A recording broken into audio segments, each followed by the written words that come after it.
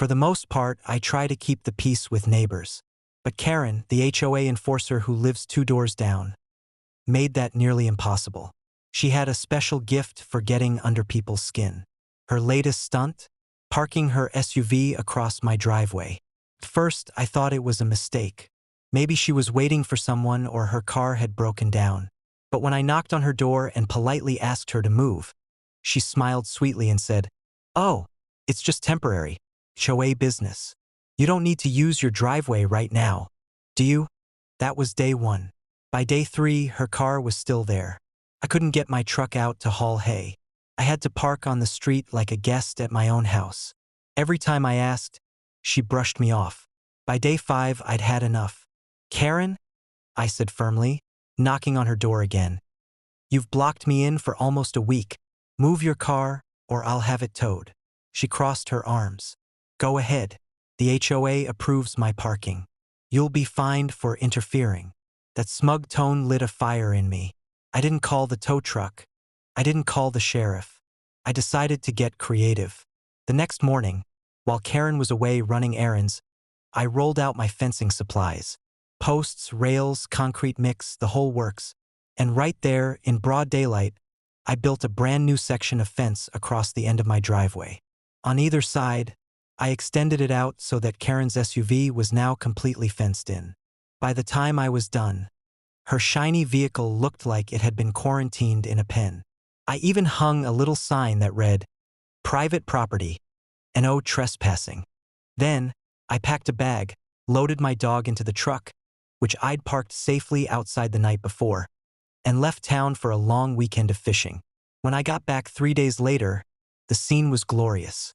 Karen was standing in her yard, screaming into her phone, pacing back and forth.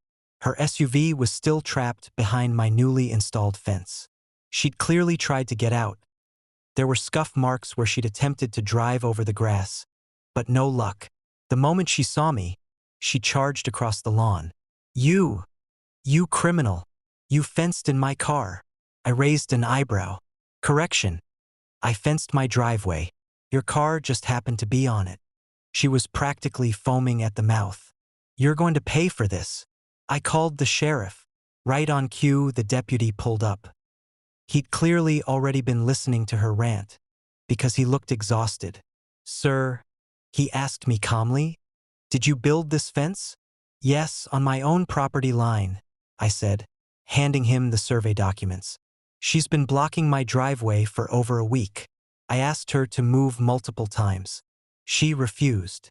The deputy turned to Karen. "Ma'am, is this true?" She stammered. "Well, yes, but the HOA. The HOA has no authority to let you block someone else's driveway," the deputy interrupted.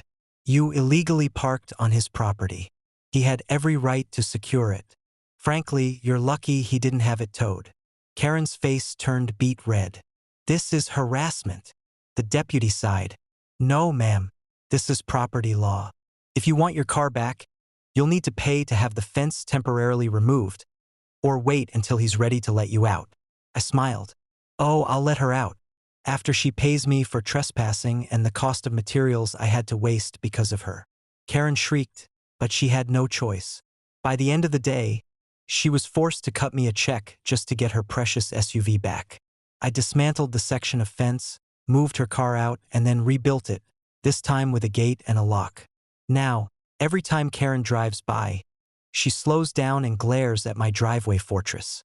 But she never parks there again. And the best part? The whole neighborhood heard about it. People still laugh about how Karen got caged in by her own arrogance. Because sometimes the simplest solution to an HOA problem is a good, sturdy fence.